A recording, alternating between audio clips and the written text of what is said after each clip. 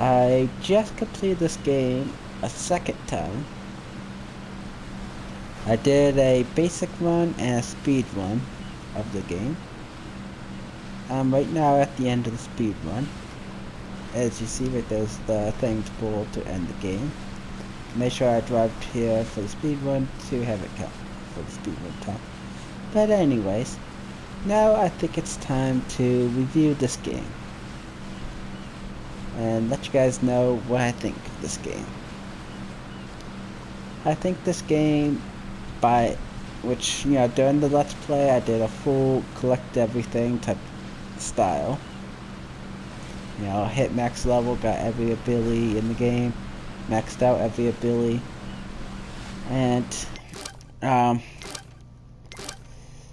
long story short, I think this game is good. Definitely a fun RPG to waste time, but as you see, abilities and stuff cost money. So I say if you like turn-based RPGs or like the show Adventure Time, or both, this game's probably good to buy. Especially if you could get it for a very cheap price.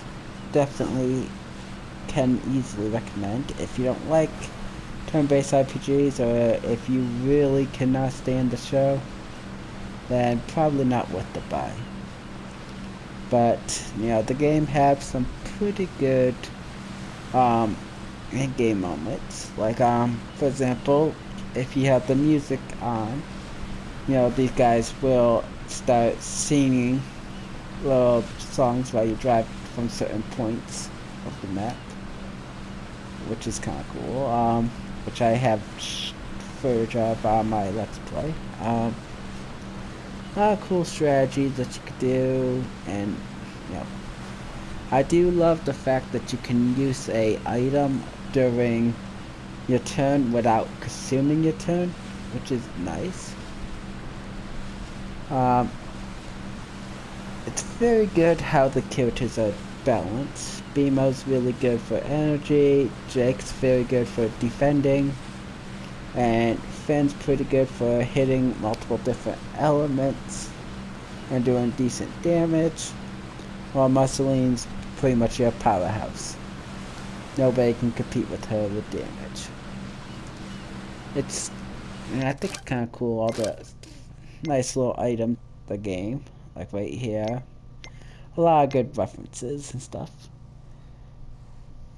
But I do know the game do have some glitches, so that might hurt some experience. And the game does also have, at sometimes, loading screen that takes a little bit to load.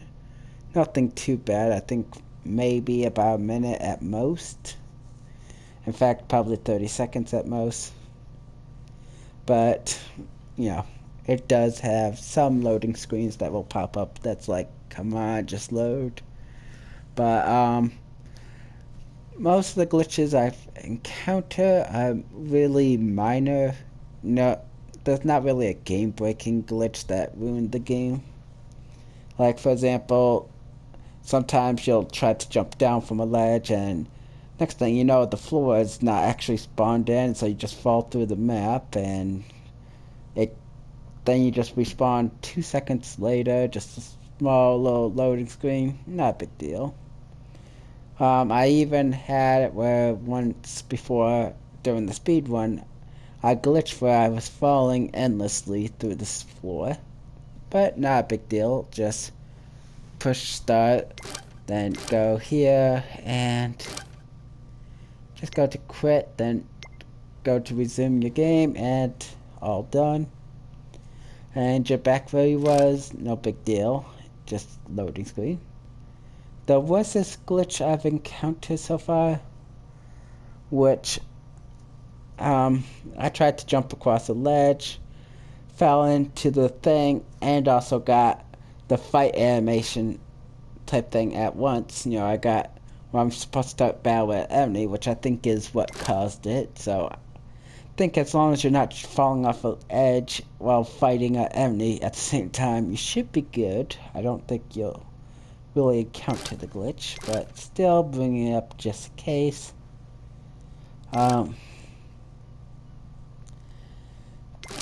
Is that I would not be able to open up the start menu or the map, which is not a big deal because I'm pretty sure if you closed out app and, well, actually I did test it afterwards.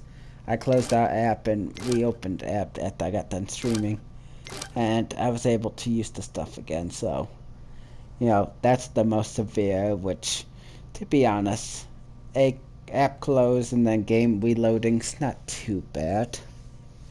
Haven't really experienced any game crashes. I only experienced one crash in the entire game. And I played this for probably at least a good 20 to 40 hours at least. Maybe even longer, so one crash during the whole time is not a big deal. So, doesn't seem to crash that much. The game does have some battle music if you wish to listen to it. The voice acting and stuff is pretty good. And, you know, if you know a lot about the show, I think you could get a lot out of it. You know, and all the items are pretty good. There's a lot of good, useful items. And, you know, it's fun getting your character stronger.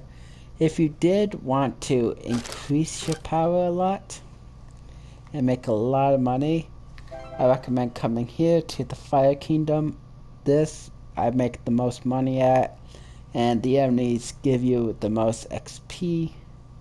So you can get max level here and buy everything in a few hours. Over here at this forest, you can get some apples, which are used to heal all your teammates by a certain percentage health, which is good. And over here in the Candy Kingdom, you could get muffins to revive yourself and a healing item. So, yeah, that's a good spot to farm. Like, you'll get this and this in the Candy Kingdom. This revives you with 25% HP. This heals 25% HP. Right here's the apple. You know, recover 25% HP to all heroes. Pretty good. So, you know, a lot of the main places do have some good stuff there. Now, if you did plan on upgrading your characters all the way, it does cost a lot of money. During my first playthrough of the game, I did not buy any items at all, and I was easily max level, which is 10, before I even had enough money to buy everything. I was still grinding around for money in the Fire Kingdom, even after hitting max level. So, and I did not spend any money on any items. It's all focused on upgrades, so it will cost you a lot of money if you want to max out every ability. Now, for the most effectiveness of lean, go for health, damage, some accuracy, and if you get your hands on the Razor Claws ability, upgrade that. That will definitely be good. But then for Finn, I recommend getting him health, damage, accuracy, and personally I would stick with the Ice Sword. The other elements are not really that big of a deal, but in the Candy Kingdom and the Fire Kingdom, which is the two of the main areas that you're going to be at, they're weak to ice, so just use the Ice Sword. Jake, I recommend having him be your shield with this ability, and upgrading your health, and the rest of this stuff don't matter. Just get the health. Bimo, health, and energy. The rest of the stuff don't matter. Not even his skills matter. You want him to recover your energy for the most part. He does have the lightning ability, which can attack all enemies, but to be honest, you want him to charge up energy so that we can spam power, because he can charge up enough energy that will give Muscling the ability to use this, which is her most devastating ability, and the most devastating ability in the entire game. I was able to beat the final boss within 3 or so turns with Muscling from this one ability. And I'm at level 7, the boss was level 10, so it's a lot of damage. And then, you can also keep up Jake's shield with covering everybody too, as long as beam of energy transfer is high enough. For each point of energy we gain, you'll get that much. So at level 10 you can get 10 energy a turn, and at max power this costs 8, and at max power this costs 3. So, 8 and 3, it's 11, so you're only losing out on 1 energy, but everybody get energy on their turn, so it's not a big deal. You still have plenty of energy. Glitches, nothing too serious. But to be honest, I think it's a fun game. I have completed every side quest and everything. I have platinum this game. And personally, I had fun the entire way.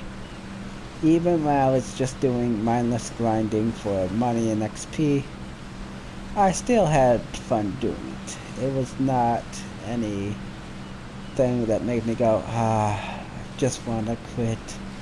So, pretty good. To be honest, I think this is a great game. If you could find it under $10 and you're interested, I would probably recommend it. And if you want to see more about how it plays, you can always check out the speedrun or the full let's play for more details on how it plays, but it's a pretty good turn-based game. Let me see if I can get into one fight. Well, actually no. Actually, let's see if I can find one. I don't know if I'm going to be able to find a fight. He's part of a side mission.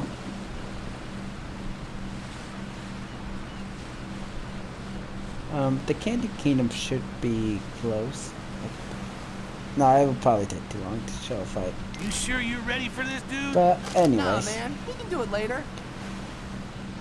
Turn-based combat, use abilities. It's really good.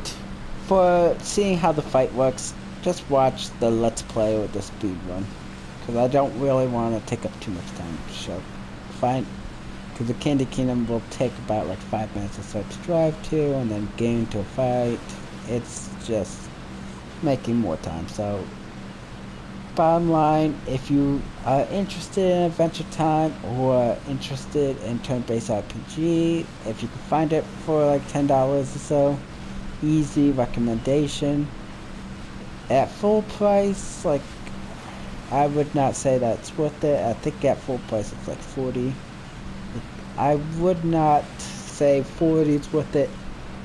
You can pick it up on a deal good, or get a used copy of it for a pretty cheap price. Go ahead and do that. But I would probably say anything 15, probably, think about it. Anything above 30, definitely, just wait for the discounts. But anyways, hopefully you guys enjoyed this review.